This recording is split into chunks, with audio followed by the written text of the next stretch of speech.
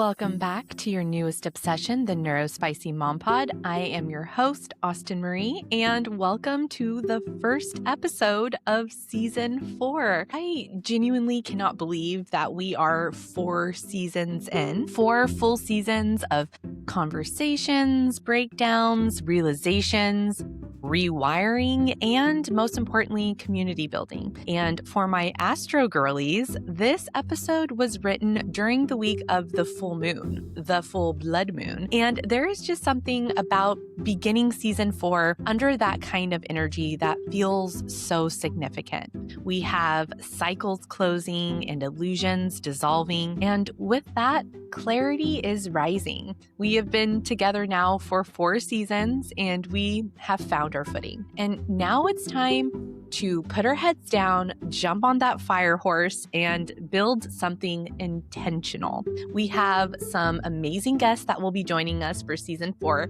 and I am really excited to dig deep into some topics that I feel are particularly relevant in our world today. If you are new here, welcome. I am honored that you're here. And I'd love to take a moment and share a piece of me to ground us in what this space actually is, what the dream behind the microphone really is. This podcast exists because there was a time when I needed it. I was saved by other people sharing their stories, and I needed that language. I needed that context and that mirror. I realized how important it was to see and hear yourself reflected back in social media and podcasts. I needed a place where the neurodivergent experience wasn't flattened into stereotypes or reduced to productivity hacks. This hyper-focus on nervous system regulation really does align with my other hyper-focus that eventually became my bachelor's degree, and that is psychology. Of course, as someone with CPTSD, I was drawn to the study of psychology. I was desperate to try and understand that classic question, why am I the way I am? And when I look back, it wasn't like I was an evil, totally out of control person who purposely did terrible, hurtful things. I was a young person coming to terms with trauma that I had repressed, and I was doing it alone. I was a deeply feeling and insanely sensitive person, which at the time I just attributed to my Scorpio sun and moon. But my studies introduced me to concepts like learned helplessness, and I learned about attachment theory, which brought my childhood experiences into sharp focus. I began to have a deep understanding of how my early experiences had neurologically, psychologically, and socially shaped me. But I also learned about neurological plasticity, resilience, and about growth mindset. And it was in that understanding that my devotion to language developed. As a classroom teacher, the first thing I taught every year to my class was about the power of yet. I established an environment that praised mistakes as learning and only allowed positive self-talk. We did daily affirmations and we held space for big feelings. In the 10 years of my teaching, I was so lucky to work with specialists, special education teachers, therapists, and psychologists who patiently answered all of my questions and educated me on the behaviors that I was seeing in my classroom. Shifting my perspective to seeing my students' behavior as communication rather than something to control tapped into my inner Scorpio detective baddie. Of course, I would love to look past behaviors to see what is laying deep down behind them. And that is how I put my nervous system regulation classes on, and I refused to ever take them back off. Suddenly, the students' behavior was communication, and so much communication was constantly coming our way. And once we centered nervous system regulation in the classroom by making small tweaks that manipulated the environment, the learning became fun. Kids are like sponges. They absorb information and learning when they are in a nervous system regulated state. Throw in some songs and dancing, and they are in a neurological flow state. My heart would soar when I would hear stories from parents about how their child was using the power of yet at home. like when they were learning to ride their bike and would exclaim, "I can't do it yet, but I'll keep trying." And so the seed of this podcast formed in my heart because I saw the positive impact of immersing children in a positive, affirming, safe environment. It wasn't like that every moment of every day, but that was the loving space I intentionally set out to create each year.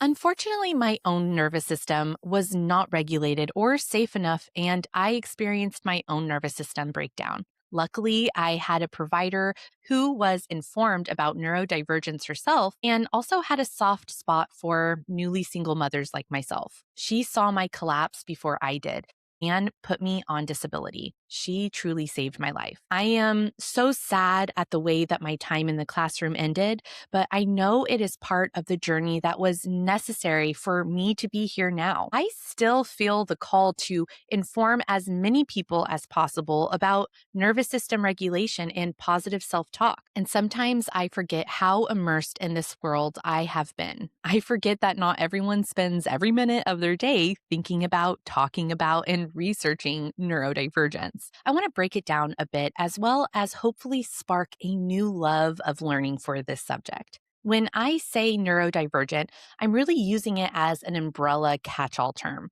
Neurodivergence is any brain that is developed in a way that is not typical. This includes, but is not limited to, ADHD, autism, OCD, Tourette's, dyslexia, dyspraxia, dyscalculia, PTSD, and CPTSD. It includes brains that regulate and process information differently, brains that experience sensory input, hierarchy, justice, transitions, and emotions in ways that don't match the dominant norm. And the important distinction is this: different does not mean defective. It means the operating system is just wired differently. And what I've noticed in my own life, in my family, in my community, is that even within those categories, no two experiences are the same. ADHD in one person looks nothing like ADHD in another. Autism is expressed in wildly different ways. Trauma reshapes the nervous system uniquely in every body. There are patterns, there are overlaps, but the lived expression is always personal. And the only way we normalize something that nuanced is by telling our stories, by slowing down and examining each neurotype with depth instead of lumping everything together. That's something I want to do intentionally this season. Dedicate space to each one, because when everything is generalized, nuance disappears. And nuance is where most of us live. Growing up undiagnosed adds a layer of trauma that is rarely acknowledged. It's misunderstanding layered on top of sensitivity. It's correction layered on top of overwhelm. It's being told you're too much without anyone asking what your nervous system might actually need. To start someone's life in an environment that chronically dysregulates them and then expect them to sit in that for 8 hours a day and call that normal, we really need to examine that. What happens when a child spends years in environments that don't match their neurological needs? Well, the body adapts. Sometimes that looks like masking so convincingly that even you lose track of who you are. Sometimes it looks like hypervigilance, scanning for tone shifts, microexpressions, potential conflict, or it looks like shutting down. And sometimes it looks like becoming the gifted one whose anxiety is praised as productivity. This season, we will also zoom out from the individual nervous system and look at the structure itself. We're going to examine what happens when an education system mirrors authoritarian styles, when compliance is prioritized over curiosity, hierarchy over nuance, and how that doesn't just shape children in classrooms, but echoes outward on a meta scale into culture. Because if the environments shaping our nervous systems reward obedience over regulation, that doesn't just stay contained in childhood. And I cannot wait for you to hear that conversation and explore that this season, because when dysregulation becomes baseline in childhood, Disconnection can quietly become baseline in adulthood. Then we look around at a society that struggles with empathy, nuance, and emotional regulation, and we act surprised. Neurodivergent people often live in a gray area. Context matters deeply to us. We notice patterns. We feel subtle shifts. We struggle to flatten our experiences because our brains are wired for depth. And when you live in a culture that rewards simplicity over nuance, that punishes questioning, that expects pre scripted social responses, being wired this way can attract friction. It can be exhausting to hold awareness that other people would rather not see. That's part of why this space matters. Not because I have the answers, I do not. I'm learning in real time with you, but because I believe that nervous system literacy changes everything. When I began to understand my own neurodivergence, my entire life recontextualized. And that understanding didn't just help me reflect on my childhood, it helped me leave an abusive relationship. I experienced covert narcissistic abuse, which included psychological, emotional, and financial trauma. And a large part of why I tolerated it as long as I did was because I didn't understand my own wiring. I didn't have language for what I was experiencing. Once I learned the terminology, I could see and understand the trauma bonding. Once I recognized how my freeze and fawn response functioned, I was able to see the patterns and I started collecting data. I used this information to stop gaslighting myself. And that was the turning point. Not because someone rescued me, but because language gave me clarity, and clarity gave me power. And it was through other people sharing their stories and giving language to their experiences that brought me to that clarity. And that is why this podcast exists to offer language, context, stories, science, and nervous system education. Because reparenting begins with understanding. A lot of us didn't just grow up undiagnosed. We grew up without language for what was happening inside of us. There wasn't vocabulary for sensory overwhelm, no framework for why transitions felt destabilizing, no explanation for why injustice actually physically hurt, no one naming the way certain environments drain us beyond reason. So we did what children always do. We assumed it was us, and we typically experienced shame. Reparenting is replacing that shame with context. It's learning to sit with your own nervous system and ask what it needs instead of immediately disciplining it. It's recognizing that your needs are not ridiculous, that nervous system safety should be prioritized, especially by the people who claim to love you. My vision extends beyond this virtual space because I'm not just healing from growing up undiagnosed, I'm a single mom rebuilding after escaping abuse. I've experienced what it feels like to stay in harmful situations because of financial constraints. I know what it feels like to feel trapped. So when I talk about community, I'm not being abstract. I'm imagining spaces, whether digital or physical, where nervous systems are respected, where people are not forced to override their biology just to survive, where accommodations aren't met with contempt, and where hyperfocus becomes contribution instead of a liability. Maybe that safe space is on my Patreon, on our community message boards, but my ultimate dream is that one day it becomes something bigger, a physical place where people can land safely when they need to reset their lives. But right now, this is the seed.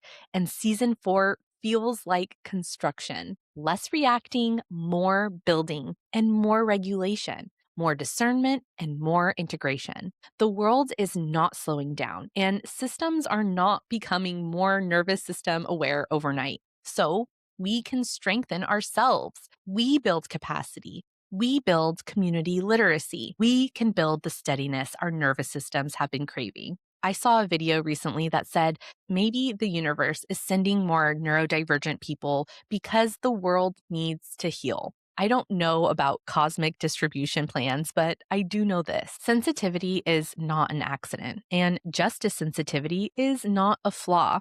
Our pattern recognition is not random. And when regulated, those traits can become extraordinary. If we can learn how to regulate, how to support each other, how to build environments that don't require chronic dysregulation, we change the trajectory of more than just our own lives. So, this season, we're going to go deeper. I want to examine trauma not just as something that happened to you, but as something that reshapes your regulation and your perception of safety. I want to explore mental wellness, and I want to talk about the overlaps and intersections, the places where diagnosis blur and lived experience doesn't fit neatly into categories. Because when we take the time to understand each other with care, something shifts, shame loosens, and self-trust grows. Patterns begin to make a whole lot of sense. And I think that matters. This whole thing,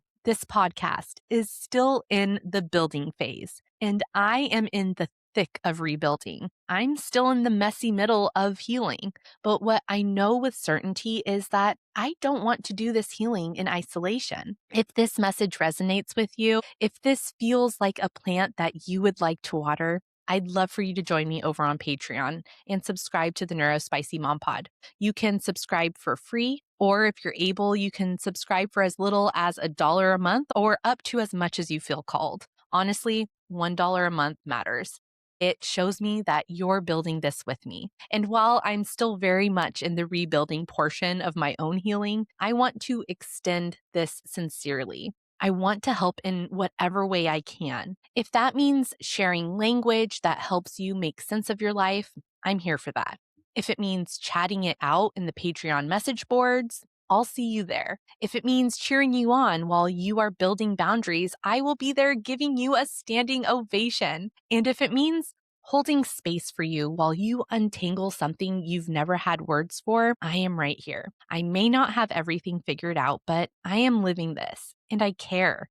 That's the foundation. Maybe right now it's still just a podcast, but I don't think that it will stay small. I think when neurodivergent people gather with language, with curiosity, with nervous system awareness, something amazing begins to form. So if you're here, whether you're listening quietly, subscribing, sharing, or reaching out, I am so grateful. Season 4 energy is giving rebuilding, and I am really glad you're here to build it together. If you'd like to stay until the journal prompt, then don't move a muscle. But if this is where your time with me ends, then let me send you off with the reminder that you are stronger than you know and you matter. Be gentle with yourself and your nervous system. And I'll see you here next week. Ta-ta!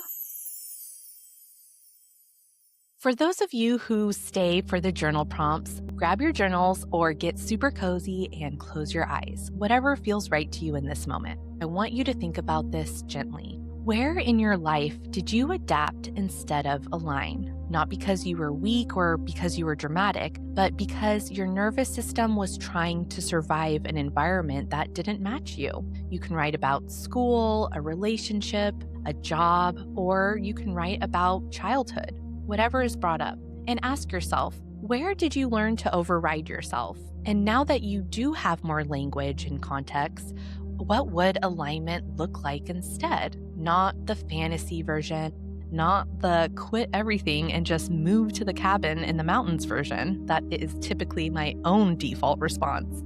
Just one small, honest shift. What would it look like to respond to your nervous system with curiosity instead of correction? And if you feel brave enough, what part of you is still waiting for permission to be understood? You don't have to fix it tonight. Just notice it. That's enough. If you want to share your experiences or insights, find me over on the community message boards. I can't wait to share in your wisdom. If this episode stirred something in you, whether it was grief, clarity, frustration, or relief, That's understandable. We're not here to rush the process. Season 4 is about building something new, and it's going to require intention. It requires steadiness. It requires checking the foundation before building higher. So please like, share, comment, all of the things, because we are building this community together. And I'm really grateful you're here. Season 4 starts now, baby, and I will see you next week. Ta-ta!